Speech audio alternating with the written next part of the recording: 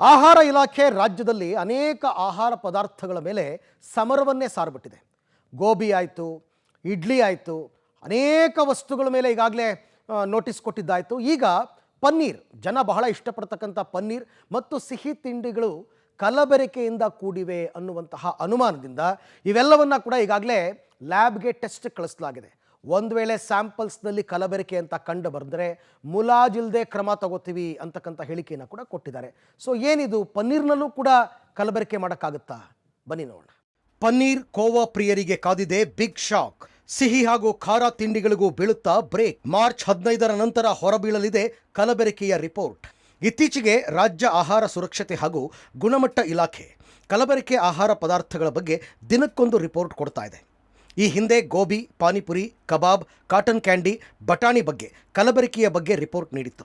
ಇದೀಗ ಹೋಳಿ ಹಬ್ಬ ಸಮೀಪಿಸುತ್ತಿರುವ ಹಿನ್ನೆಲೆಯಲ್ಲಿ ಆಹಾರ ಸುರಕ್ಷತೆ ಇಲಾಖೆ ವಿಶೇಷ ಆಂದೋಲನ ಹಮ್ಮಿಕೊಂಡಿದೆ.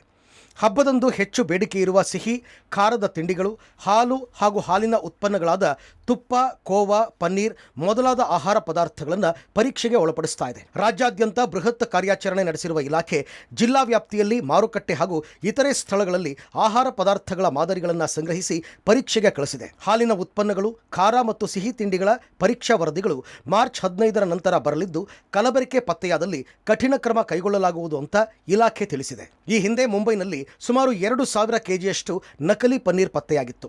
ಆಗ ಪನ್ನೀರ್ನಲ್ಲಿ ಆಸಿಡ್ ಅಂಶ ಪತ್ತೆಯಾಗಿತ್ತು. ಜೊತೆಗೆ ಕೇಂದ್ರ ಆಹಾರ ಇಲಾಖೆ ಸಹ ಇದರ ಬಗ್ಗೆ ಎಚ್ಚರಿಸಿತ್ತು. ಇದೀಗ ರಾಜ್ಯ ಆಹಾರ ಇಲಾಖೆ ಕಲಬೆರಕೆ ಆಹಾರಗಳ ವಿರುದ್ಧ ಸಮರ ಸಾರಿದೆ.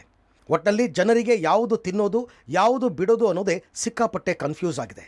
Aruna Shiraguppi, public TV, Bengaluru.